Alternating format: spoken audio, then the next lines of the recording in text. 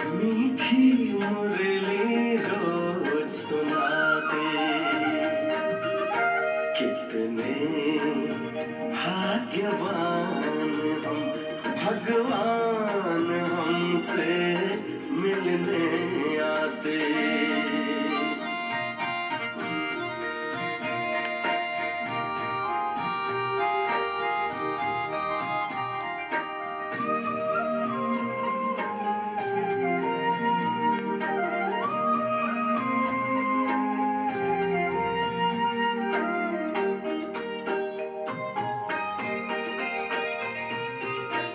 अनजान थे, अज्ञानी थे, फिर भी था हमें बड़ा अभिमान।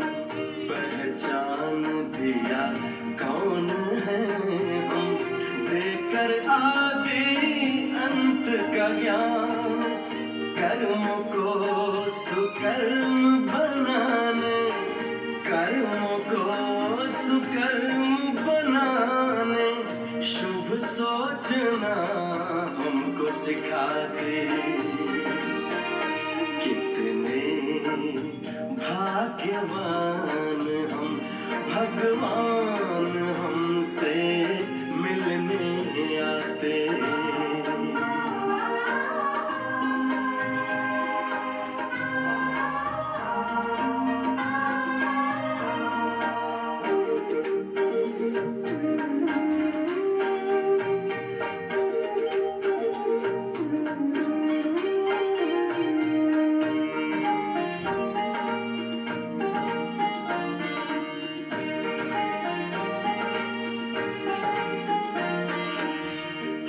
बच्चों के खातिर परम धाम को छोड़कर,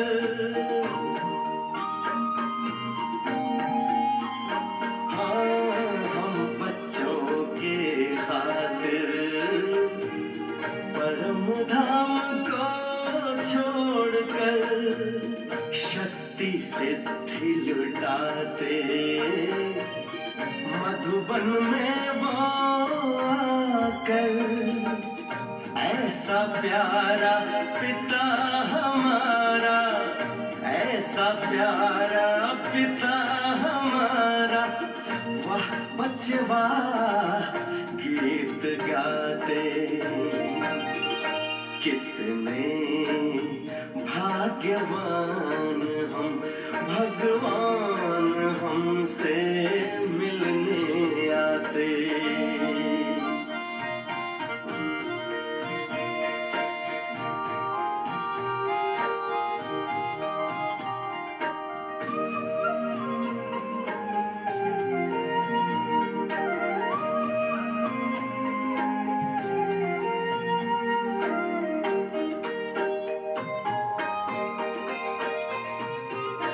भोलेनाथ बन प्यार लुटाते, शिक्षक बन वो शिक्षा देते।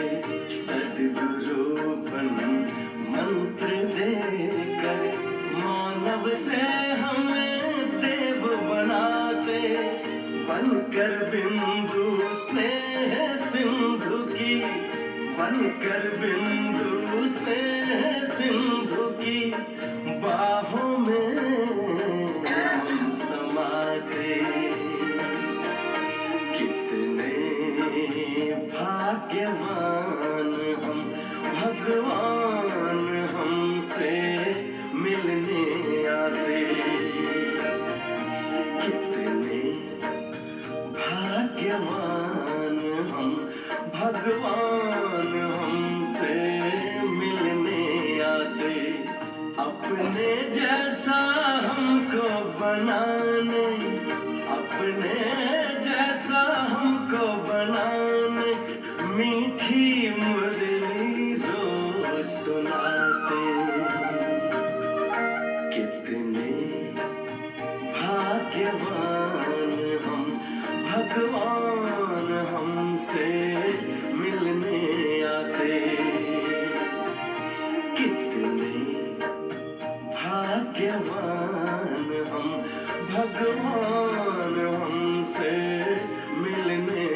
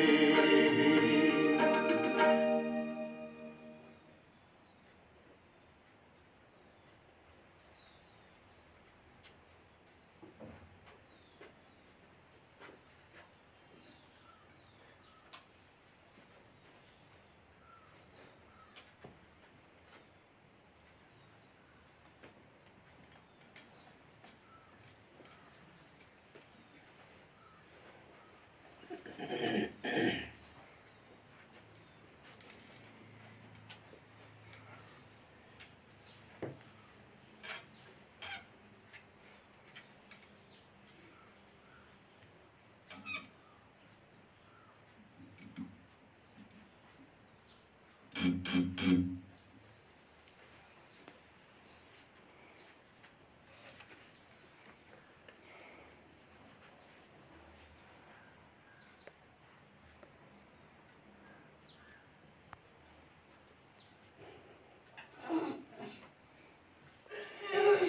ओम शान्ति ओम शान्ति ओम शान्ति ओम शान्ति।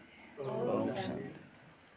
आज 2077 साल साउन महिनाको 10 गते शनिबार, त्यसरी नै 25 जुलाई 2020 बाबाको साकार बाणी। आज बाणीको सारमा बाबाले भन्नुभएको छ, मिठी बच्ची देह अभिमान छोडेर देही अभिमानी बन। के गर्ने? देह अभिमान छोड देही अभिमान। देह अभिमान छोडेर देही अभिमानी बन। देही अभिमानीलाई नै ईश्वरीय सम्प्रदाय भनिन्छ। देही अभिमानीलाई के भनिन्छ? ईश्वरीय सम्प्रदाय। अनि देह अभिमानीलाई आसुरी सम्प्रदाय, रावण सम्प्रदाय, माया सम्प्रदाय, हैन? मिठे बच्चे देह अभिमान छोडेर देही अभिमानी बन। देही अभिमानीलाई नै ईश्वरीय सम्प्रदाय भनिन्छ। प्रश्न सोध्नुभएको छ बाबाले आज, तिमी बच्चाहरूले अहिले जुन सत्सङ्ग गर्छौ यो अरू सत्सङ्गभन्दा छुट्टै छ, किन?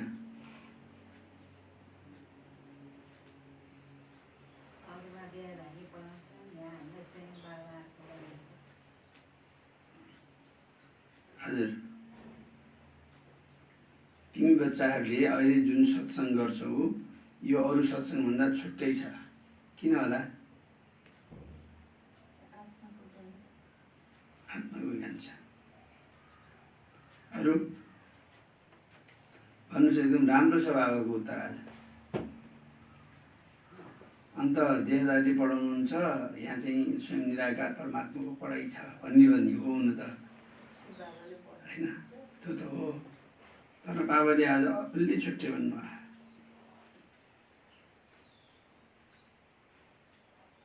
जुन बाहिरको सत्सङ्गमा हुँदैन।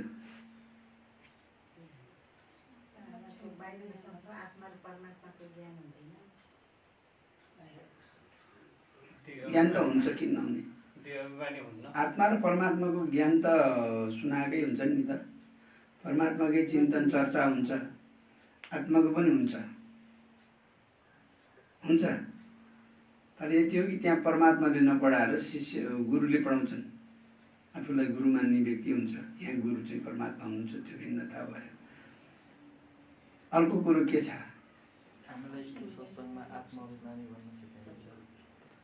अरू ठाउँमा आत्मा अभिमानी बनेर सुन भनेर भन्दैनन्, होइन? स्त्री पुरुष जे छौ त्यही भएर सुन भन्छन्, होइन? आफ्नो शारीरिक अवस्था स्वरूप जे छ त्यही स्वरूपमा सुन्ने भन्ने हुन्छ, होइन? या त्योभन्दा भिन्दै आत्मा भएर सुन्न चाहिँ भन्दैनन्, त्यो पनि ठिकै हो। अरू बाबाको पोइन्टमा पुग्नु पर्यो।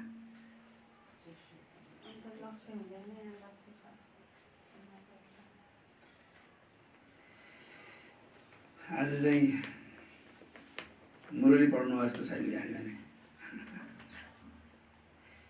आज उत्तरमा बाबाले भन्नुभएको छ, यही एउटा सत्सङ्ग हो जसमा तिमीले आत्मा र परमात्माको ज्ञान सुन्छौ। आत्मा र परमात्माको ज्ञान, आत्मा र परमात्माको चर्चा त अन्त नै हुन्छ, होइन? तर आत्माले सुन्ने, परमात्माले सुनाउने। आत्मा र परमात्माको यथार्थ ज्ञान अन्त हुँदैन। आत्मा र परमात्माको ज्ञान सोच्छौ, यहाँ पढाइ हुन्छ। ज्ञान त सुन्छौ, त्यो ज्ञानलाई कसरी पढाइको रूपमा पढ्छौँ हामीले। जहाँ जुन पढाइमा चाहिँ लक्ष्य र उद्देश्य सामान्य हुन्छ। जहाँ स्कुलमा विद्यार्थीहरू पढ्न जान्छन् त त्यहाँ लक्ष्य हुन्छ नि, बिना लक्ष्य पढ्न जाँदैनन्। केही लक्ष्य छैन भने किन पढ्ने? पैसा खर्च गर्ने, समय खर्च गर्ने, शक्ति खर्च गर्ने, पढ्दाखेरि शक्ति खर्च हुन्छ नि। त त्यहाँ के छ?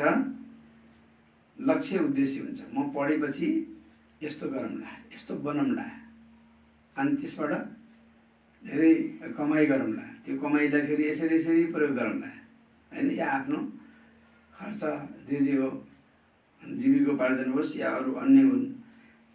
त्यस कारणले त्यहाँ लक्ष्य उद्देश्य पनि सामुन्य हुन्छ पढाइमा। त्यस्तै यहाँ पनि बाबाले भन्छ यही एउटा सत्सङ्ग हो जहाँ तिमीले आत्मा र परमात्माको ज्ञान सुन्छौ।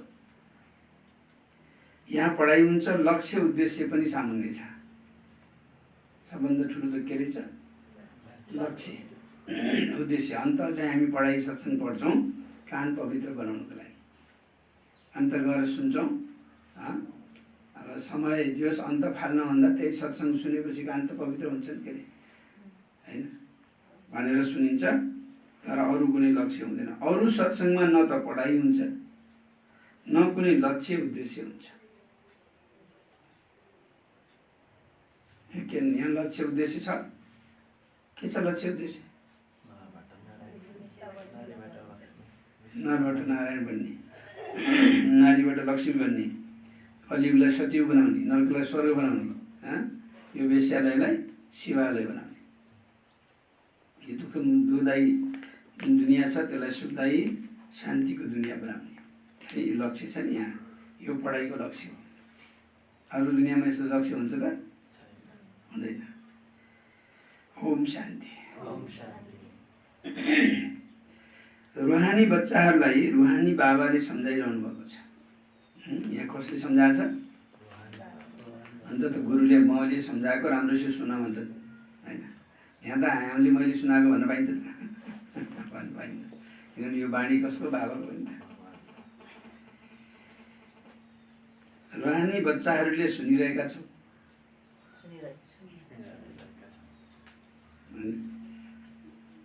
अन्त मैले हामीले सुन्ने गरिन्छ, कहिले गुरुहरूले सुनाइरहे, कसैको ध्यान डाइभर्ट भयो, उता बात मार्न आयो भने है म सुनाउँदै सुनाउनु अब यस्तो भयो भने पहिला चुप लाग्यो अनि बल्ल सुनाउँछु है। हुन्छ नि आफूलाई त्यो ज्ञान सुनाउनेलाई अलिकति इगो हुन्छ। पहिला पहिला बाबाले सम्झाउनुहुन्छ जहिले पनि बस्दा आफूलाई आत्मा सम्झेर बस्छ। के भन्नुभयो अरे? जहिले पनि बस्दा आत्मा सम्झेर बस्छ भन्नु। उठ्दा के अरे?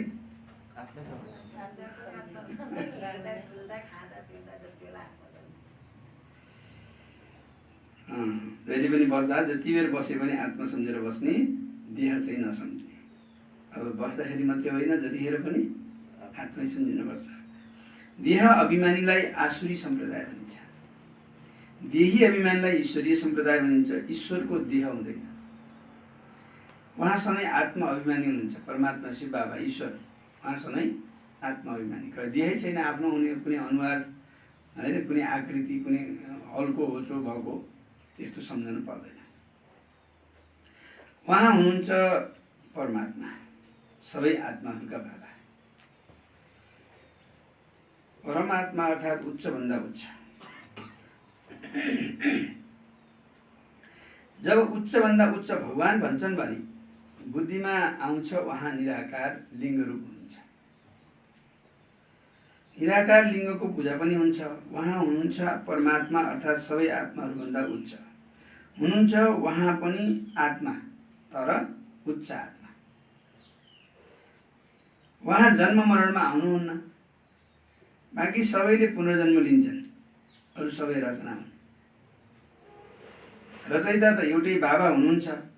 ब्रह्मा विष्णु शङ्कर पनि के हुन्? रचना हुन्। मनुष्य सृष्टि पनि सारा हो रचना। रचयिता बाबालाई भनिन्छ, पुरुषलाई पनि रचयिता भनिन्छ। स्त्रीलाई एडप्ट गर्छन् होइन, यो लौकिकमा फेरि स्त्रीलाई एडप्ट गर्छन्, फेरि उनीबाट रचना रच्छन्, पालना गर्छन्, बाँकी विनाश चाहिँ गर्दैनन् है। रचना गर्छन्, पालना गर्छन्, फेरि विनाश गर्दैनन्। गर्छ गर्दैनन् हजुर?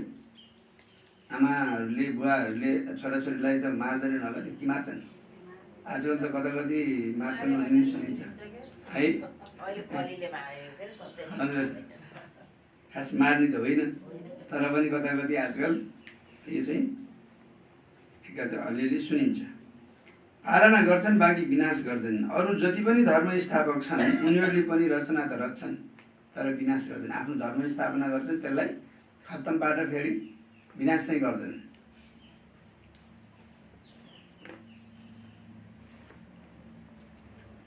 विहादका बाबा जसलाई परमात्मा भनिन्छ, जसरी आत्माको रूप बिन्दु छ त्यस्तै परमपिता परमात्माको पनि रूप बिन्दु छ। बाँकी यति ठुलो लिङ्ग जुन बनाउँछन् त्यो सबै भक्ति मार्गको पूजाको कारण बनाउँछन्। बिन्दुको पूजा कसरी हुन सक्छ? भारतवर्षमा रुद्रयज्ञ जस्ता माटोको शिवलिङ्ग र शालिग्राम बनाएर फेरि तिनको पूजा गर्छन्। अब हेर्नुहोस्, बिन्दु भयो भने एउटा फुल चढाएपछि पुरिहाल्छ। अनि फेरि कसरी चाहिँ अब अरू आएर हेर्ने यसो दर्शन पनि गरौँ भन्ने हुन्छ त आकृतिको, अनि दर्शनै गर्न पाइन्न। त्यही भएर ठुल्ठुलो चाहिँ लिङ्ग बनाइदिन्छन् बाबाको पनि, होइन? आजकल त कति कति फुटको शिवलिङ्ग बनाउने भन्छन्।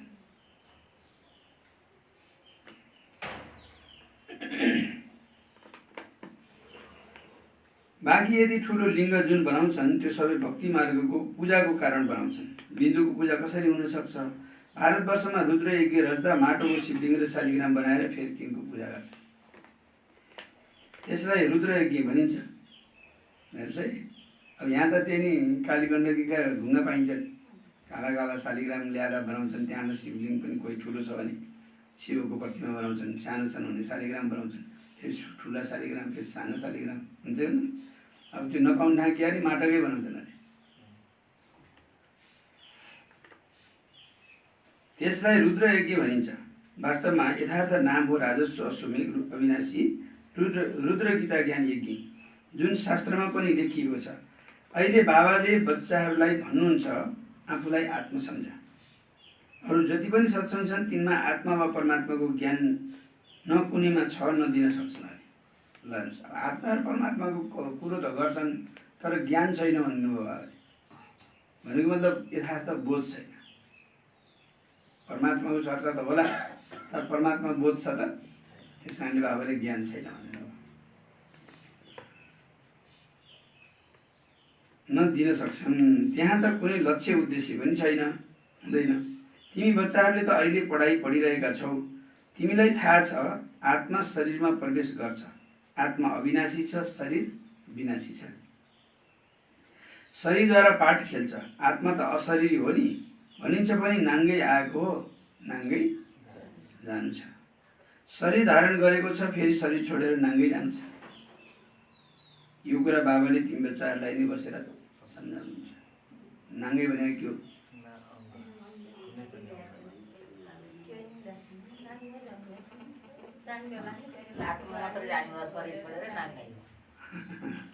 शरीर छोडेर नाङ्गै। अब आत्माले शरीर छोड्दा कपडा फुकालेर त मर्दैन, अर्काले फुकाइदिनुपर्छ। नाङ्गै जाने भने के होला? शरीर भनेको कपडा रहेछ नि त। अहिले कसैले आफ्नो शरीरलाई कसैले कपडा सम्झान्छ त? सम्झाउनु पऱ्यो। ना अङ्ग भनेको अङ्गविहीन, अङ्ग नभएको, बिना अङ्ग जान्छ। बिना अङ्ग आएको थियो, आत्मा प्रवेश गर्दा नि आएर शरीरमा प्रवेश गर्दा नि बिना अङ्ग आएको थियो। अब जाँदाखेरि नि बिना अङ्ग जाने भयो। तर फेरि खाली हात आएको थियो, खाली हात जानियो भन्ने हो भन्छन्, हो कि होइन? हो, खाली हात आएको खाली हात जानियो।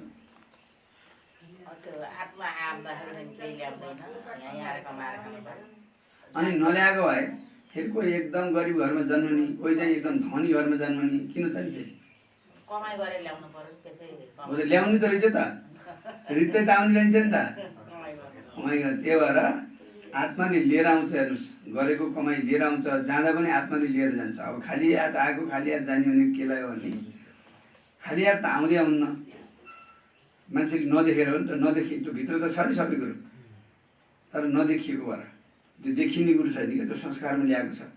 त्यस कारणले त्यो जब आत्मा हुन्छ उसले जम्मै कुरो ल्याएको हुन्छ। तपाईँसँग कति लिन छ, कति सेवा लिन छ, कति सम्पत्ति लिन छ, सब कुरो लिएर आएको हुन्छ। हेर्नुहोस्, हो कि कति सेवा गर्नु छ, कति सेवा लिन छ, त्यो सबै ल्याएको हुन्छ। त्यही भएर आत्मा जब जन्मन्छ, बच्चा जब जन्मन्छ त्यो मुठी कस्या हुन्छ भनेको मतलब मैले यहाँ लिएर आएको छु, तिमीहरूले यहाँ मलाई दिनुपर्छ, हो कि होइन? सेवा गर्नुपर्छ, मेरो अधिकार छ यहाँ भनेर आउँछ। त्यही भएर जन्मेसी मालिक भइहाल्यो भयो भने दिन्न भनेर आएको कि मुठी पारेको घरको मालिक भएको मुठी पार्न आएको नि होइन, त्यो भएको चिजलाई मुठी पार्ने आफ्नो बनाउन आएको होइन। त्यतिको लागि त मान्छेले एउटा कति गरेर खोज्छन्, नभए अन्तर्गत खोजेर ल्याएर त्यो अधिकारी त्यो सम्पत्तिको अधिकारी बनाउँछ बनाउँछ नि त। भनेपछि त्यो आए त्यही घरमा जन्म लियो भने त त्यो स्वतः अधिकारी भयो। त्यही भएर चाहिँ मुठी पारेर जन्मन्छ। अब जाने बेला मुठी किन खोज्छ थाहा छ? मुठी खोल्ने कारण किन जो मुठी पार्ने चिज थियो त्यो त मुठी पारेर गइसक्यो, आत्माले त मुठी पारेर हिँडिसक्यो। अब शरीरले त केही न केही त्यो त डढाइदिन्छ नि, त्यहाँ त केही छैन। त्यो मुठी खुल्ने कारण त्यो हो क्या, खाली हात जाने भनेको शरीर त खाली शरीर त केही छैन, लहर आगा डढाइदिए सिद्धियो। त्यहाँभित्र जीवनभरि जो कमाएको छ होइन, दुःख दिएको छ, सुख दिएको छ, कल्याण गरेको छ, अरूलाई परोपकार गरेको छ या अकल्याण गरेको छ, त्यो सबै गर्नेवाला चिजले त मुठी पारेर हिँडिसक्यो। अब हात यहाँ बाँधेर क्यार्ने केही छैन, लहर डढाएपछि खरानी भयो हो कि।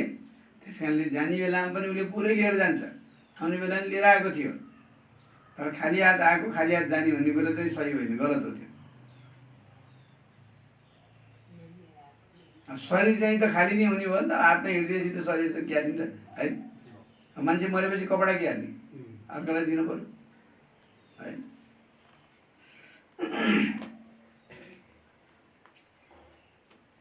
शरीर धारण गरेको छ, फेरि शरीर छोडेर नाङ्गै जानु छ। यो कुरा बाबाले तिमी बच्चाहरूलाई नै बसेर सम्झाउनुहुन्छ। यो पनि बच्चाहरूले जानेका छन्। भारतवर्षमा जति बेला सतयुग थियो त्यति बेला देवी देवताहरूको राज्य थियो, एउटै धर्म थियो। यो पनि हिन्दूहरूले जानेका छैनन् दाजु, सही। यो पनि हिन्दूहरूले जानेका, हिन्दू धर्म यो जतिखेर भारतवर्षमा सतयुग थियो त्यतिखेर एउटै धर्म थियो, अरू धर्म थिएनन्, देवी देवताहरूको राज्य थियो भन्ने कुरा पनि हिन्दू धर्मवालाले जानेका बुझेका छैनन्। बुझ्नुपर्ने हो नि आफ्नो धर्मवाला, त्यो धर्म मान्नेहरूले त बुझ्नुपर्ने, अरूले त बुझ्ने कुरै आएन। जसले त्यही माने आएन त्यसले त बोल्नुपर्ने, त्यसले नै बुझ्दैन अरे, बुझाएको छैन। जसले बाबालाई जानेन उसले केही पनि जानेन।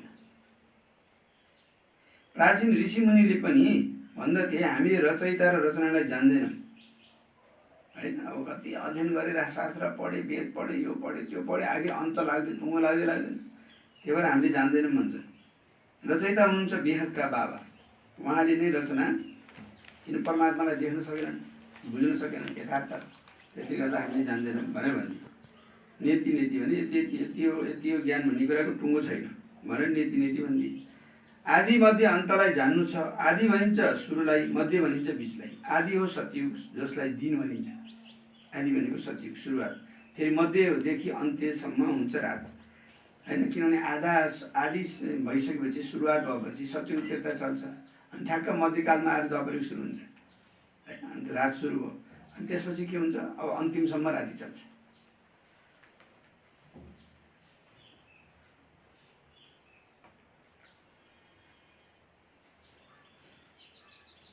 दिन हो सतयुग त्रेता, स्वर्ग हो वन्डर अफ वर्ल्ड। दिन हो सतयुग त्रेता, स्वर्ग हो वन्डर अफ वर्ल्ड भनेको विश्वको आश्चर्य हो। स्वर्ग संसारमा आश्चर्यका कुराहरू देखाउँछन् होइन। कति आश्चर्य छन्। पहिला अब 7वटा आश्चर्य भन्छन्, 7वटा पनि थप्दै कतिवटा 7वटा बनाइसक्यो अहिले है। पहिलाका 7वटा अर्कै थिए, पछिका आधुनिक 7वटा अर्कै छन् होइन। स्वर्ग हो अन्डर अफ वर्ल्ड, तर सबैभन्दा पनि आश्चर्य त हो स्वर्ग होइन। बाबाले भन्नुहुन्छ त्यो स्वर्ग त कसैले बनाउनै सक्दैन। भारतवर्ष नै स्वर्ग थियो जसमा लक्ष्मीनारायणले राज्य गर्थे। भारतवर्ष नै स्वर्ग थियो जसमा लक्ष्मीनारायणले राज्य गर्थे। यो कसैले पनि जानेका छैनन्। बाबाले अहिले स्वर्गको स्थापना गरिरहनु भएको छ, यो कसैलाई पनि थाहा छैन। बाबा भन्नुहुन्छ तिमीले आफूलाई आत्मा सम्झ, हामी फर्स्ट क्लास आत्मा होइन। तिमीले आफूलाई आत्मा सम्झ, त आत्मा पनि कस्तो खालको, फर्स्ट क्लास आत्मा, सुन्दर।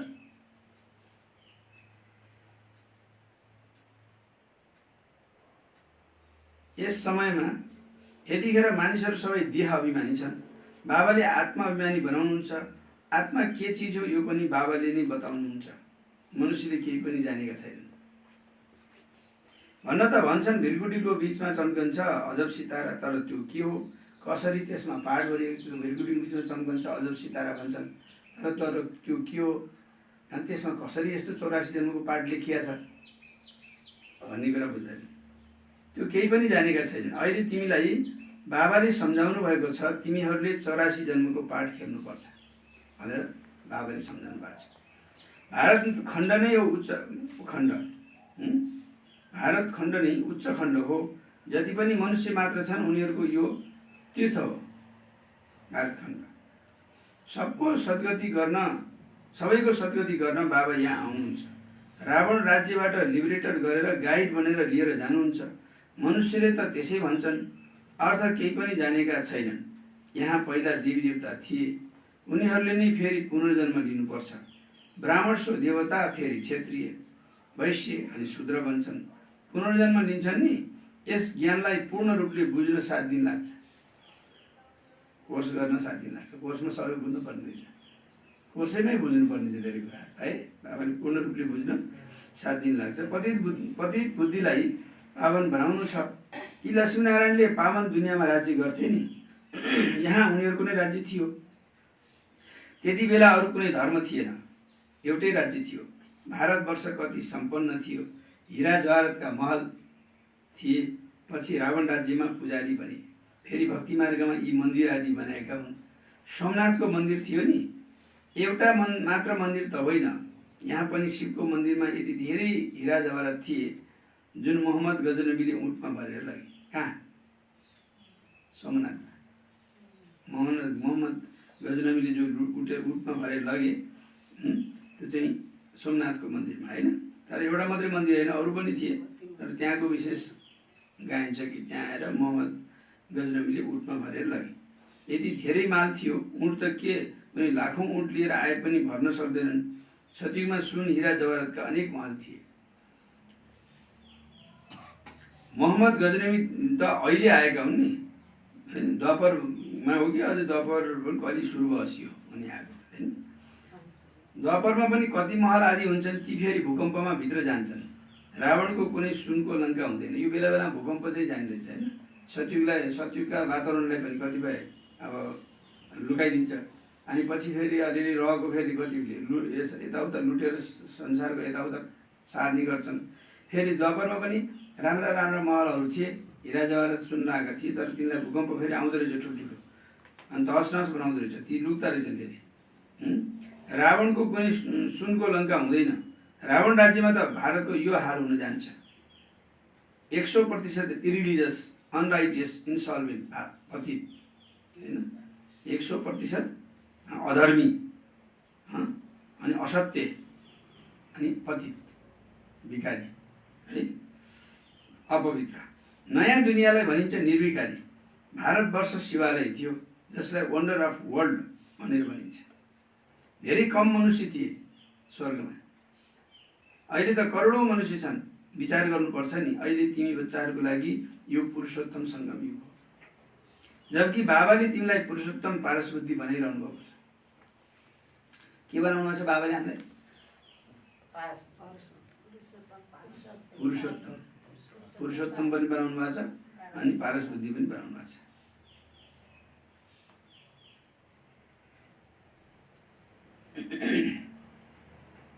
बाबाले तिमीलाई मनुष्यबाट देवता बन्ने सुमत दिनुहुन्छ। सुमत, श्रेष्ठ मत, शुभ मत।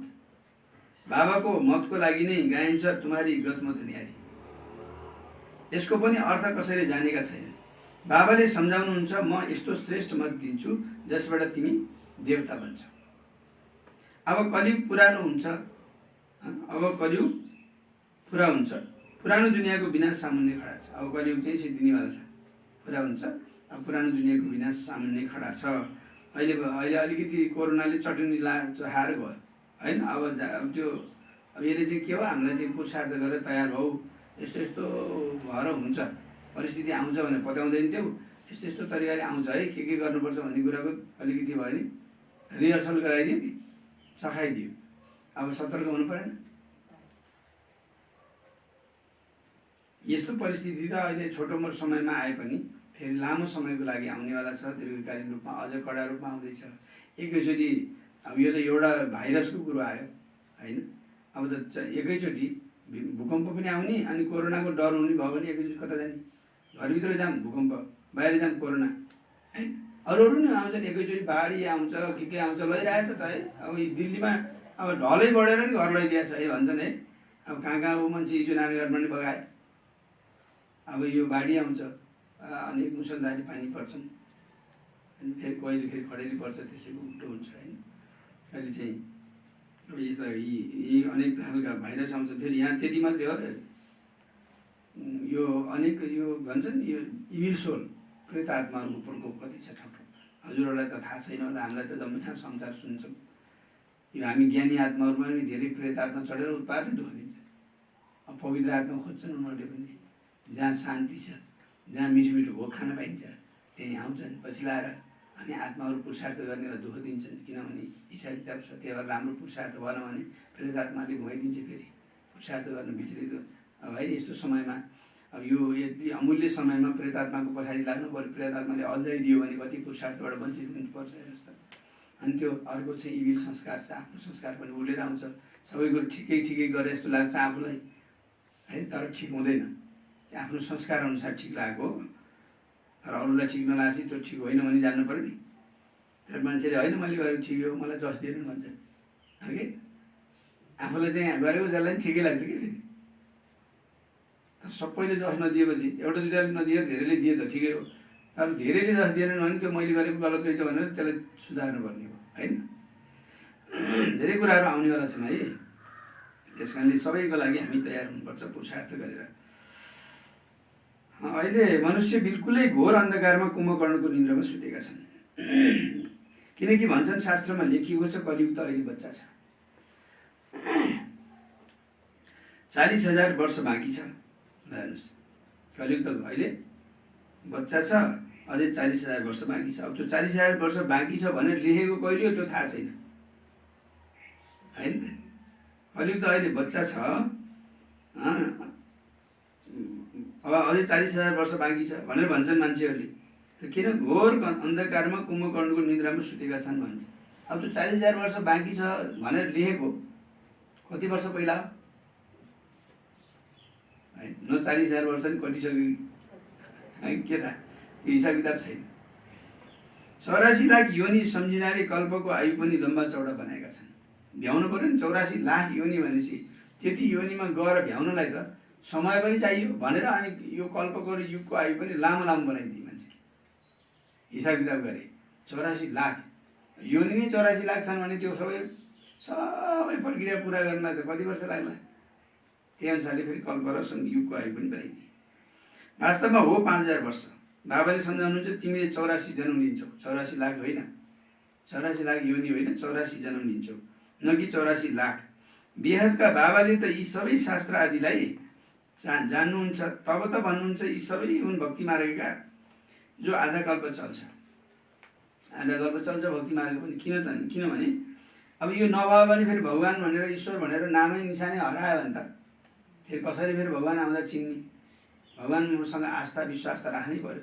केही न केही केटाकुटी भाँडाकुटी खेलेर भए पनि भगवान्लाई त सम्झनै पर्यो भनेर यो भक्ति मार्गमा शास्त्रहरू पूजापाठ कर्मकाण्ड इत्यादि भने यी सबै हुन् भक्ति मार्गका जो आधा कल्प चल्छ। यसबाट कोही मसँग मिल्दैन, त्यो सबै कुराहरू गरेर भगवान्सँग मिलिँदैन। भगवान्सँगको आस्था र विश्वासलाई बचाउने एउटा माध्यम मात्रै हो।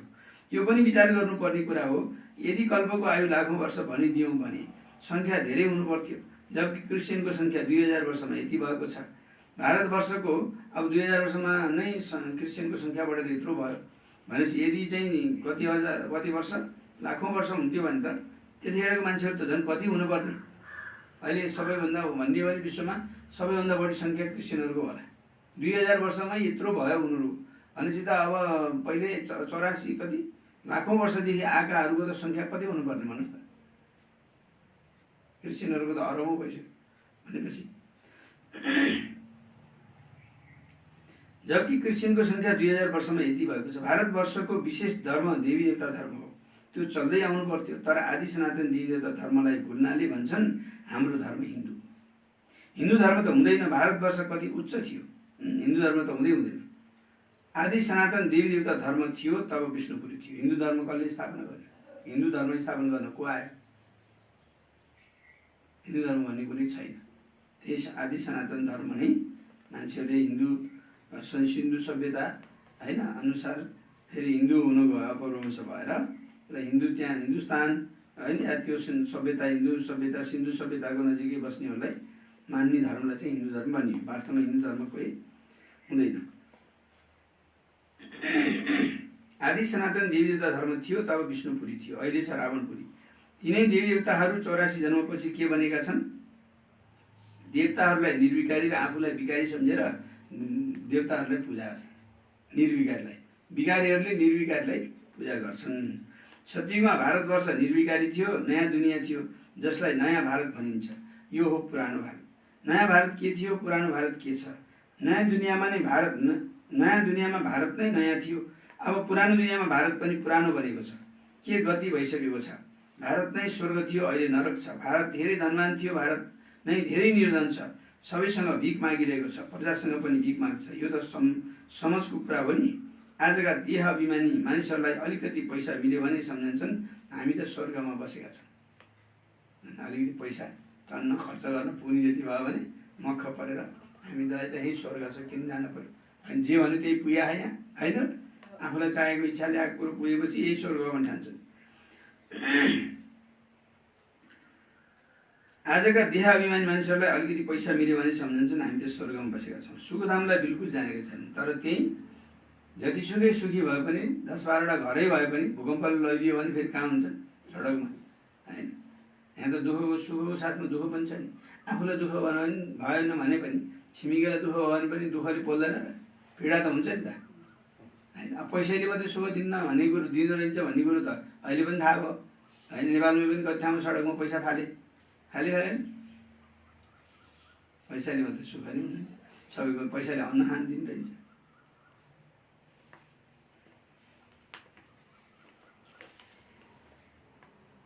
हामी त स्वर्गमा बसेका छौँ, सुखधामलाई बिल्कुल जानेका छैनन् किनकि पत्थर बुद्धि छन्। अब तिनलाई पारस बुद्धि बनाउनको लागि 7 दिनको भट्टीमा बसाऊ। किनकि पतित छन् नि, पतितलाई यहाँ त बसाउन सकिँदैन। यहाँ पावन मात्रै रहन सक्छन्, पतितलाई अनुमति दिन सकिँदैन। छोटोमा एउटा दृष्टान्त भन्छु। एउटा राजाले चाहिँ राजासँग धेरै चाहिँ हिरा जवाहरातहरू मोतीहरू माणिक्यहरू जम्मा भएछ। जम्मा भएपछि उनलाई के सङ्कल्प छ, यत्रो सारा चिजहरू जम्मा भयो, यसलाई चाहिँ कहिले अरू स्टोर गर्नु पऱ्यो भनेर भएपछि अनि अलिक टाढा जङ्गलमा गएर एउटा सुरुङ खनेछन्। सुरुङ खनेपछि त्यहाँ एकदम राम्रोसँग त्यसलाई डेकोरेट गरेछन्, राम्रो सुन्दर बनाएछन् मान्छे लगाएर।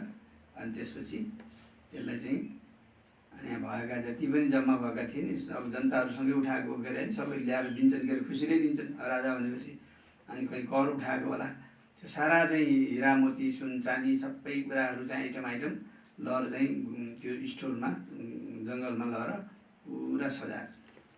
अनि सजाएछन्। अनि जसरी आउँदै गर्थ्यो त्यसमा सजाइसकेपछि त्यसकोमा ढोका लगाएछन्। ढोका लगाएर एउटा चाबी मन्त्रीलाई, एउटा चाबी राजाले राखेछन्। त्यसपछि अनि बेला बेलामा जति थपिन्थ्यो नि, थपियो भने फेरि मन्त्रीलाई दिएर लजाऊ, यो लगाएर त्यहाँ सजाएर राख भनेर भनिरहेछन्। अनि मन्त्रीले चाहिँ बेला बेला थपिएपछि लगेर सजाएर राख्छ। एक दिन त्यस्तै भएछ। मन्त्रीले चाहिँ बेलुका गएर अलिअलि भएको थपथाप पारेर सजाएर आएछन् भन्नु नि, आएछन्। अनि त्यहाँबाट अब सबै कुरा त्यहाँ हेरे, सजाए, लगेर राजाले दिएको थपथाप पारेर आएपछि बेलुका साँचोलाएर त हिँडेको थिएँ हिँड्नु त। अब भोलि अनि राजालाई के भन्छ भन्दा भोलिपल्ट बिहान उठेपछि अनि कति भयो होला त्यो मैले चाहिँ मन्त्रीसँग पठाउँदै गरिरहेको छु, कस्तो भयो होला मेरो त्यो हिरामोती सजाएको स्टोर भनेर हेर्न मन लाग्छ। हेर्न मन लागेपछि गएछन्। त्यो बाटोको नजिकै रहेछ होइन, बाटोको नजिकै जङ्गलमा रहेछ, तर जङ्गलको बाटो नजिक थियो, तर ठ्याक्कै त्यहाँबाट नदेखिए नि यसो पर गएपछि देखेँ। अनि त्यसपछि राजा गएछन्। राजाले नि आफूसँग राजासँग एउटा चाबी थियो के गएर हेरेछन्, चाबी खोलेछन्, हेरेछन्, पुरा हिरा मोती सुन चाँदी जम्मै सजाएको देखेर मक्ख परेछन्, आनन्द लिएछन् त्यही। अनि त्यही बेला चाहिँ त्यो मन्त्री पनि त्यही बाटो हिँडेर रहेछ, त्यही बाटो कतै जाँदै थियो अरे। त्यही पनि यसो त्यो स्टोरको ढोका यसो हेरौँ त, मैले कस्तो कन्फ्युजन भएछ, मैले लाइन भनेको त हेरेको त ढोका खुल्ला देखेको छु कि साँचो खोलेको देखेको छु। ओहो बर्बाद, मैले हिजो बेलुका ढोका लाउनै बिर्सेछु भनेर हत्तरपत्त गएर चाबी ल्याएर ढोका लाएर हिँडेछ है। मन्त्री त अब ढोका लाग्यो आफूले बिर्स्यो भने जाने राजा त्यहाँभित्र पसेर हेरेका छन् भने थाहा थिएन राजा त फेरि मन्त्रीलाई लिएर आउँदै एक्लै त आउँदैन त्यतिखेर एक्लै आएछन् हेर्नु मन लाग्छ एक्लै गएर हेर्नु मन लाग्यो आनन्द लिनु मन लाग्यो अनि त्यहाँबाट राजाले ढोकेर खोलेर भित्र बसेर त्यसको आनन्द लिँदै थिए बाहिरपट्टि मन्त्रीले ढोका लाएर हिँड्यो अब मन्त्रीले त मैले बिर्सेछु आफैले जोलका लाउनु बिर्सेछु भनेर त्यसरी चाहिँ चाबी लाएर हिँडेको अब मन्त्री त गइहाल्यो हेर्नुहोस् अब राजालाई चाहिँ त अब बाहिर निस्किन खोज्छन् छैन बाटो अब कहाँ निस्किन्छ ढोका त बन्द छ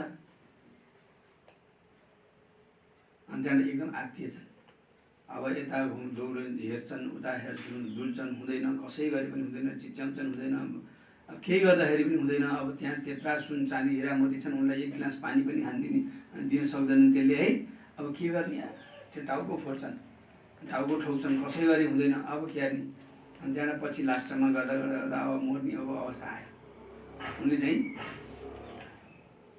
अब एउटा एक गिलास पानीको लागि पनि उनी एकदम तडपिरहेका छन् खाना पनि अब कति दिन भइसक्यो हुन त उता राजा त हराएछन् त राजा हरायो भने अब कहाँ गयो राजा त त्यो त अब त्यहीँ गएर थुनिहाल्नु नि के थाहा भएर कसैलाई पनि थाहा भएन अनि त्यसपछि राजा चाहिँ अब केही सिप नलाएपछि अब एक हप्ता भयो अब पानी र खाना नभएपछि अब तिनको मरणासन भए मर्ने अवस्था भएपछि के गरेछन् त्यो सब हिरा मोतीलाई समेटेर एउटा चाङ बनाएछन् जम्मै त्यो सजाएकोलाई जम्मैलाई सबैलाई भत्काएर सब हिरा मोती सुन चाँदीलाई यसरी चाहिँ पुरै चाहिँ सेय बनाएको बनाएछन् पुरै ठाउँ थुपारेर त्यही माथि अनि आफूलाई चाहिँ यसो कोतारेछन् अनि रगतले भित्ता लेखेछन् यत्रो सुन चाँदी हिरा मोती माडी के भएर पनि यिनीहरूले मलाई एक गिलास पानी पनि दिन सकेनन् राजा म मृत्युवरण गर्दैछु भनेर गर्नुपर्ने चाहिँ केही रहन्छ भनेर त्यहाँ चाहिँ लेखेछन् भित्तामा अनि त्यही हिरा मोतीमाथि सुतेर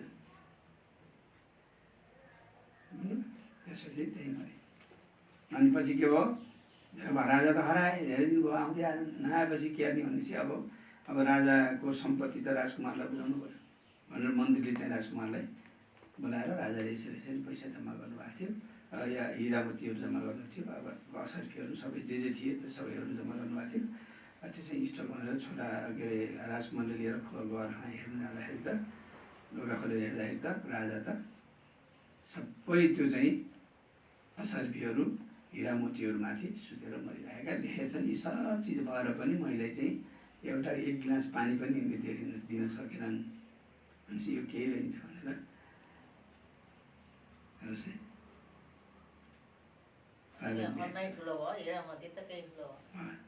जति चिज भए पनि अब त्यो यहाँ खाद्यान्नहरू तपाईँको यहाँ दोकानको सिद्धियो भनेर बाहिरबाट गाडी चलेन भने अनि आउँदै आएन भने के हान्यो पैसा खाएर भयो त ब्याङ्कमा पैसा छ तर पैसा पनि फेरि ब्याङ्क कहाँ छ लिन जाने नपाइने ब्याङ्कले दिँदै नदिने अवस्था नि आउँछ फेरि कुनै दिन भनेपछि के रहेछ के रहेछ चाहिने असर्फी हिरामती चाहिँदैछ पैसा चाहिँदैछ चाहिन्छ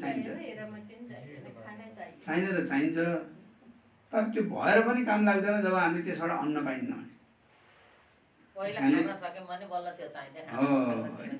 त्यस कारणले यो सबै चाहिन्छ भनेर चाहिने के रहेछ भन्नुहुन्छ भन्दा चाहिने रहेछ पुण्य कर्म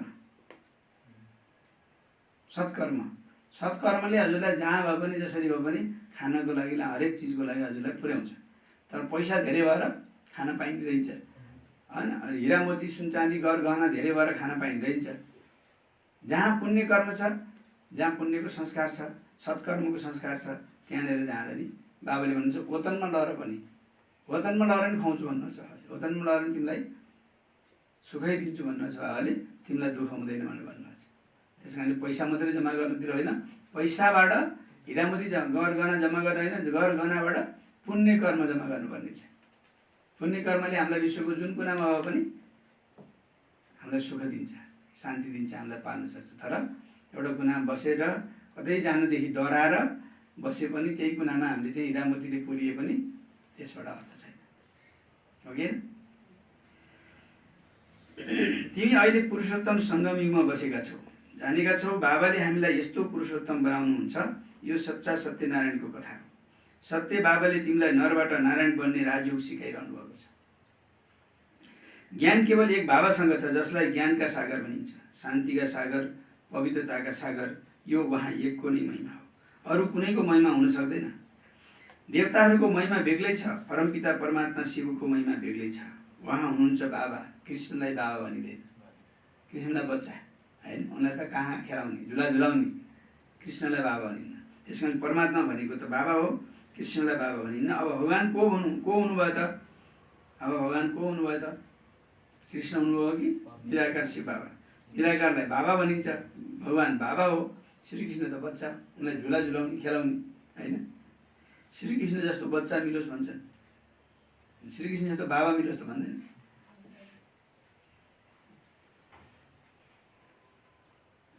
अहिले पनि यहाँका मानिसहरूलाई थाहा छैन कृष्ण भगवानुवाच भन्छन्। उनीहरूले पुरा 84 जन्म लिन्छन्, सूर्यवंशी सो चन्द्रवंशी सो वैश्यवंशी। मनुष्यले हंसोको अर्थ पनि बुझ्दैनन्। हामी आत्मा सो परमात्मा। हंसो भनेको त होइन, हंसो देवता होइन, हंसो क्षेत्रीय हुँदै आउनुपर्ने, हंसो ब्राह्मण, हंसो देवता भन्दै आउनुपर्ने होइन। तर के छ, हंसो परमात्मा भन्छन्, आत्मा सो परमात्मा भनिदिन्छ। कति गलत छ। अहिले तिमीले सम्झाउँछौ दुनियाँको चढ्ती कला र उतर्ती कला कसरी हुन्छ। सबै कुरा ज्ञान त राम्रै दिन्छ, दिँदै लास्टमा गएर सबै ठाउँ परमात्मा छ भन्ने सिद्धियो। या हंसो परमात्मा भनेपछि कुरै सिद्धियो, सबै पानीमा बगाएर ल होइन। कति गलत छ। अहिले तिमीले सम्झाउँछौ दुनियाँको चढ्ती कला र उतर्ती कला कसरी हुन्छ। यो हो ज्ञान, त्यो सबै हो भक्ति। सतयुगमा सबै पावन थिए, राजा रानीको राज्य चल्थ्यो। त्यहाँ मन्त्री पनि हुँदैनन्, किनकि राजा रानी स्वयं नै मालिक हुन्छन्। उनीहरूसँग बुद्धि राम्रो हुन्छ होइन, पवित्र हुन्छ, ट्यालेन्ट हुन्छ। त्यस कारणले पनि मन्त्री पनि चाहिन्न। अरे बाबाबाट वर्षा लिएका थिए, त्यस कारणले उनीहरूमा समझदारी हुन्छ। लक्ष्मीनारायणलाई कसैको राय दिनु पर्दैन, आवश्यकता हुँदैन। त्यहाँ मन्त्री हुँदैनन्। भारतवर्ष जस्तो पवित्र देश अरू कुनै थिएन।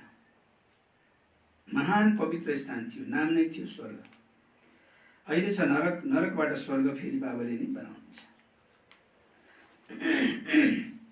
अच्छा, मिठे मिठे सिकिरहँदै बच्चाहरूप्रति माता पिता बाप दादाको याद प्यार एवं गुड मर्निङ।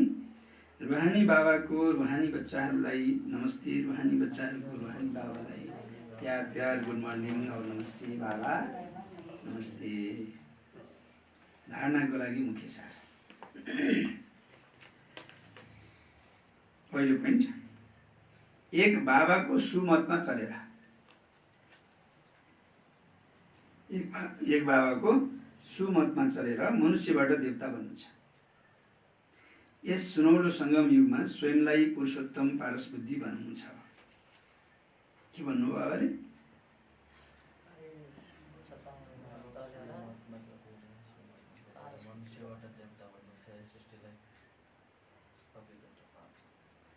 एक बाबाको सुमतमा चलेर मनुष्यबाट देवता बन्नु छ। यो सुनौलो सङ्गम युगमा स्वयंलाई के गर्ने, आफूलाई के गर्ने, पुरुषोत्तम पारस बुद्धि बनाउने।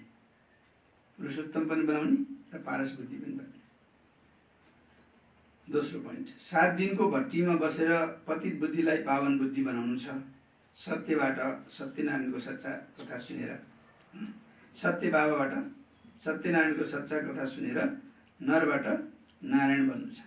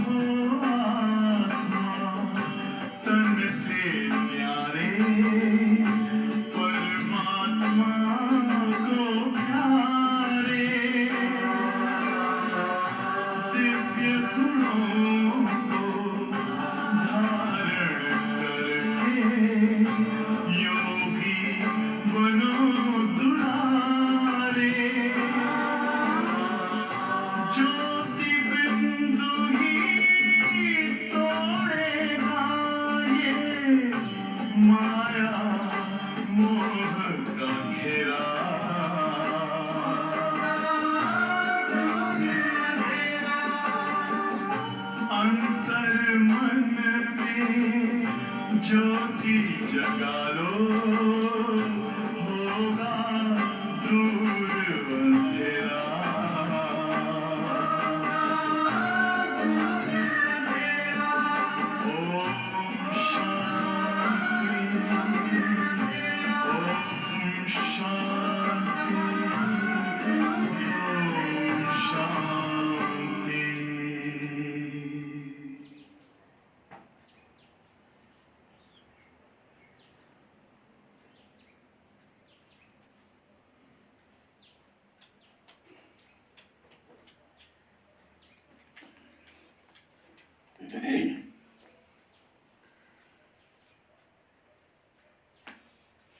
धार्मिक लागि मुख्य साथमा बाबाले भन्नुभएको थियो, एक बाबाको सुमतमा चलेर मनुष्यबाट देवता बन्नु छ। यस सुनौलो सङ्गमयुगमा स्वयंलाई पुरुषोत्तम पारसबुद्धि बनाउनु छ। दोस्रो पोइन्ट, 7 दिनको भट्टीमा बसेर पतित बुद्धिलाई पावन बुद्धि बनाउनु छ। सत्य बाबाबाट सत्यनारायणको सच्चा कथा सुनेर के गर्ने?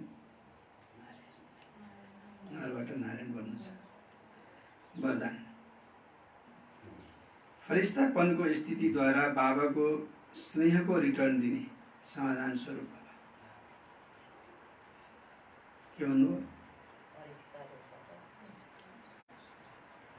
हजुर?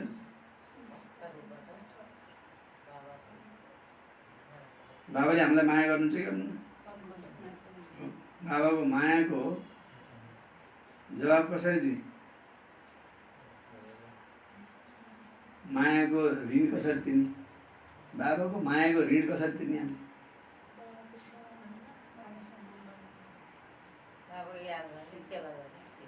बाबाले भन्नुभएको छ, फरिस्तापनको स्थिति बनाउनु नै बाबाको स्नेहको रिटर्न दिनु हो। भनेको मतलब बाबाको ऋण तिर्नु हो। के गर्नु पर्यो? आफ्नो स्थितिलाई फरिस्ता, बाबा फरिस्ता भएर सम्पूर्ण भएर जानुभयो। त्यस कारण हामी पनि फरिस्ता बनिदियौँ भने, पुरुषार्थ गरेर फरिस्ता बन्यौँ भने बाबाको मायाको रिटर्न। बाबाको इच्छा के छ? मेरा बच्चाहरू फरिस्ता बनुन्, म समान बनुन् भन्ने इच्छा छ। अनि हामी फरिस्ता बनिदिएपछि बाबाको इच्छा पुरा भयो। बाबाको इच्छा पुरा गरेपछि बाबाको ऋण तिरियो। फेरि प्रारब्ध त आफैलाई हो फेरि। तर बाबाको इच्छा के भन्दा बच्चाहरूलाई धेरै प्रारब्ध दिलाम भन्नु। त्यस कारणले फरिस्तापनको स्थितिद्वारा बाबाको स्नेहको रिटर्न दिने। फरिस्ता भएपछि फेरि समाधान स्वरूप समस्याहरू फेरि आउँदैन। अहिले त जता हेऱ्यो त्यति समस्याहरू होइन, जता हेऱ्यो त्यति समस्या। फेरि यहाँ एउटा दृष्टान्त भन्नु मन लाग्यो। समस्यालाई के गर्नुपर्ने? समाधान स्वरूप बन्ने भन्नु बाबाले है। एकचोटि के भयो भन्दा एउटा चाहिँ राजा रहेछन्, धनाढ्य। तर तिनको कुनै छोराछोरी भएन। अब ठुल्ठुलो दरबार छ, महल छ। अब कसलाई दिने? खाने मान्छे चाहियो। कसलाई दिने भन्दाखेरि अब कोही मेसो भएन। अब अनेक उपाय गरे, वैद्य कहाँ गए, अब औषधिको मुलो गरे, केही गर्दा नि सन्तान भएन। नभएपछि के गर्ने भन्दा अब सन्तान नभएपछि सम्पत्ति कसलाई दिने? सम्पत्ति दिने भने अब कसलाई दिने भनेपछि उनीहरूले एउटा चाहिँ युक्ति रचेछन्। के गरेछन्? सारा महल ठुलो दरबार चाहिँ को ढोका लगाएर अनि यता ढोका अगाडि चाहिँ एउटा बीजगणितको प्रब्लम हल गर्ने भनेर त्यहाँ एउटा सूत्र लेखेछ। जसले यो सूत्रको हल गर्छ त्यसलाई चाहिँ यो महलको मालिक बनाउने भनेर चाहिँ एलान गरेपछि पहिला त आफ्ना मतलब नजिकका आउने भए आफ्नो स्टेटभित्रका राज्यभित्रकालाई बोलाएछन्। बडे बडे विद्वान आएछन्, हल गर्न खोजेछन्, सकेन। सब आउँदै फर्किँदै जाँदै निराश भए। कसैले पनि त्यो जसले चाहिँ यो सूत्रको हल गर्छ यो सूत्रको हल गऱ्यो भने ढोका खुल्छ। जसले त्यो सूत्रको हल गरे ढोका खुल्छ। जसले ढोका खोल्छ त्यो मान्छे मालिक हुन्छ। अनि सूत्रको हल गर्न खोज्छ नि।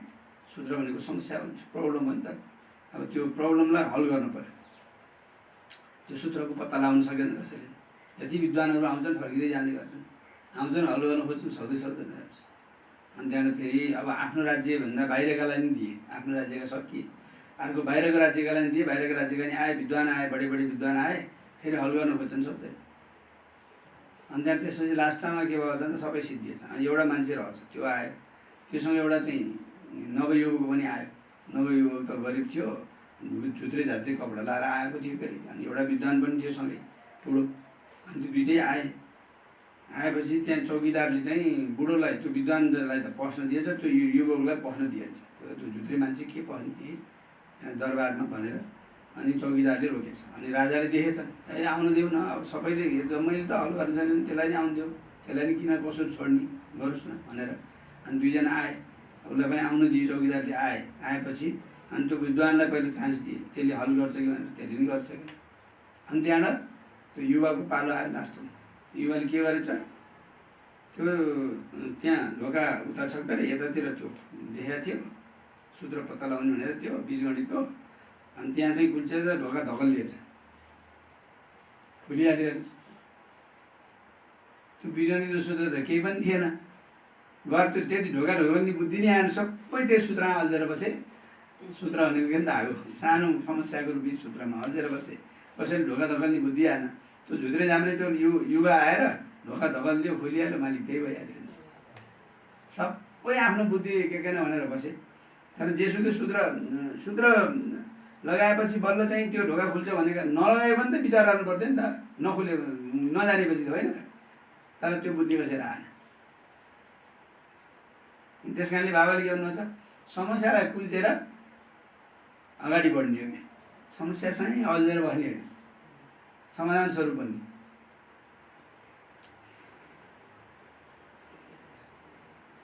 अब विस्तारमा है, फरिस्तापनको स्थितिमा स्थित हुनु यही बाबाको स्नेहको रिटर्न। यस्तो रिटर्न दिनेवाला समाधान स्वरूप बन्छ। समाधान स्वरूप बन्नाले स्वयंका र अन्य आत्माहरूका समस्याहरू स्वतः समाप्त भएर जान्छ। के हुन्छ अरे, समाधान स्वरूप बन्नाले स्वयंका र अन्य आत्माहरूका पनि समस्याहरू स्वतः समाप्त भएर जान्छ। ल चाहिँ हामी समस्या समाधान स्वरूप बन्यौँ भने हाम्रो समस्या पनि समाधान हुने, अरूको समस्या पनि समाधान हुन लाग्छ। बाबाको अगाडि जान्थ्यो, कतिपय मान्छे आत्माहरूलाई समस्या हुन्थ्यो, धेरै क्वेसनहरू नै आउँथे। अनि बाबाको अगाडि गयो भने बाबाको त समस्या थिएन, अनि बाबाको अगाडि गएपछि अरूको समस्या पनि समाधान हुने रहेछ। भन्न जान्छु भनेर बाबाको क्वेसनै बिर्सिने होइन, प्रश्नै बिर्सिने। कोही समस्या भन्छु भनेर समस्या बिर्सिने। हल्का लागि त्यस्तो नि के भन्ने हो भने जस्तो लागिहाल्ने, भनेपछि समाधान भएको होइन त। त्यस कारणले समाधान स्वरूप बन्नाले स्वयंका र अन्य आत्माहरूका समस्याहरू स्वतः समाप्त भएर जान्छ। त्यसैले अब यस्तो सेवा गर्ने समय हो, लिनुको साथै दिनुपर्ने समय हो। अब बाबा समान उपकारी बन, पुकार सुनेर आफ्नो फरिस्ता रूपद्वारा ती आत्माहरूको पासमा पुग। पुकार सुनेर, जो समस्यामा भएका मान्छेहरूको पुकार सुनेर आफ्नो फरिस्ता रूपद्वारा त्यहाँ पुग, तिनीहरूको पासमा पुग र समस्याहरूबाट थाकेका आत्माहरूलाई के गर्नु पर्ला, समस्याहरूबाट थाकेका आत्माहरूलाई के गर्नु पर्ला, त्यो थकाइबाट मुक्त गर्नु पर्यो। हामी पूर्वज आत्मा होइन, थाकेका आत्माहरूलाई राहत दिनु पर्यो, थकावटबाट उतार, तिनीहरूको थकावट उतार। वरदान, फरिस्तापनको स्थितिद्वारा बाबाको स्नेहको रिटर्न दिने समाधान स्वरूप भव। विस्तारमा फरिस्तापनको स्थितिमा स्थित हुनु यही बाबाको स्नेहको रिटर्न हो। यस्तो रिटर्न दिनेवाला समाधान स्वरूप बन्छ र समाधान स्वरूप बन्नाले स्वयंका र अन्य आत्माहरूका समस्याहरू स्वतः समाप्त हुन्छ। त्यसैले अब यस्तो सेवा गर्ने समय हो, लिनुको साथै दिनुपर्ने समय हो। अब बाबा समान उपकारी बन, पुकार सुनेर आफ्नो फरिस्ता रूपद्वारा ती आत्माहरूको पासमा पुग र समस्याहरूबाट थाकेका आत्माहरूको थकावट उतार, थकाइ उतार्दै भन्नुभयो सबैले। स्लोगन, आजको स्लोगन पनि एकदम राम्रो छ। के छ आजको स्लोगन? कसैलाई याद छ? पढ्नु आएन मलाई। स्लोगन छ, व्यर्थसँग बेपरवाह बन, मर्यादामा होइन। कोही कोही मान्छेहरूको आदत के हुन्छ, नियम मर्यादा चल्छ भनेर चलाउने खालको हुन्छ। बाबाले भन्नुहुन्छ व्यर्थसँग बेपरवाह बन। जो व्यर्थ कुराहरू चाहिँ कसरी केही भनिहाल्यो ल, ह्याट्ट उसको मुखबाट निस्क्यो, टङ्सिली भयो, त्यसलाई इग्नोर, त्यसलाई बेपरवाह भने सिद्धियो। मैले त्यसलाई वास्ता गर्दिनँ भने, मलाई चोट लागेन भने, मैले वास्ता गरेँ मलाई चोट लागेन, चोट मलाई असर गरेन, यो भन्यो सिद्धियो बिचरा उसलाई नि भित्र क्यान व्यर्थै भनेको जस्तो लाग्ला एकछिनमा होइन यस्तो किन भनेको भनेर त्यहाँ द्वन्द्व गऱ्यो भने उसलाई पनि फेरि झुक्न मन लाग्दैन अनि त्यहाँ लडाइँ झगडा हुनसक्छ त्यति सानो सानो कुरा लडाइँ झगडा हो नि त त्यस कारणले व्यर्थसँग व्यापार भने कसैले केही भनिहाल्यो केही भइहाल्यो या कुनै कुरा काट्ने कसरी चासो लिने कुराहरू हुन्छन् त्यस्ता फाल्तु कुराहरू छन् त्यहाँ चासो लिने सुन्ने कसैले कसैलाई केही भन्यो अरे कसैले केही गर्यो अरे भन्ने कुराहरू पनि के भयो कसो भयो भनेर होइन अनि तिनीहरूको पिटपाट भयो भएन कसले कति फिट्यो भनेर पनि सोध्ने पनि हुन्छ कसैले कसैको कुरा चर्चा गरिरहेछन् भने निधि खुदी सोध्ने समय दिने होइन शक्ति दिने त्यस्ता किसिमका चासो लिने होइन अनि के कुरा फोन गरी गरी सोध्ने सोधेको सोधे त्यहाँ के भयो कसले के भन्यो भनेर सोध्ने त्यो सब व्यर्थ भयो नि त त्यस कारण हामी बाबा बच्चाहरूले त्यस्ता व्यर्थ कुराहरू जसबाट कुनै आउटपुट छैन कुनै उपलब्धि छैन कुनै परिणाम निस्किँदैन यस्ता कुराहरूमा हामीले चाहिँ बेपरवाह बन्न छ तर मर्यादामा हामी फेरि कतिको के हुन्छ नचाहिने कुराहरूलाई चाहिँ एकदम चाख लिने एकदम चासो लिएर सुन्ने तर चाहिने कुराहरू जुन नियमका कुराहरू छन् समयमा चल्छ यति कुरा सबले नि त गर्छन् मैले गरेर त के भयो त कसले देखाएको छ यति चलाएर होइन अनेक अनेक हुन्छन् सर त्यसलाई चाहिँ त्यस कारणले मर्यादामा होइन व्यर्थसँग बेपरवाह बनाउनु ओम शान्ति मुरलीको सारमा बाबाले भन्नुभएको थियो मिठी बच्चे हजुर देह अभिमान छोडेर देही अभिमानी बन देही अभिमानीलाई नै ईश्वरीय सम्प्रदाय भनिन्छ। अब तिमी बच्चाहरूले यो अहिले जुन सत्सङ्ग गरेका छौ त्यो सत्सङ्ग अरू सत्सङ्गभन्दा छुट्टै छ किन होला किन भिन्दै छ अरू सत्सङ्गमा आत्मा परमात्माको बोध हुँदैन आत्मा परमात्माको चर्चा त होला त्यही पनि जस्तो यथार्थ ज्ञान सहितको चर्चा हुन सक्दैन र यहाँ पढाइ हुन्छ र पढाइमा उद्देश्य हुन्छ लक्ष्य हुन्छ अन्त चाहिँ पढाइ ज्ञान त सुनिन्छ तर त्यहाँ लक्ष्य उद्देश्य हुँदैन ओके ओम शान्ति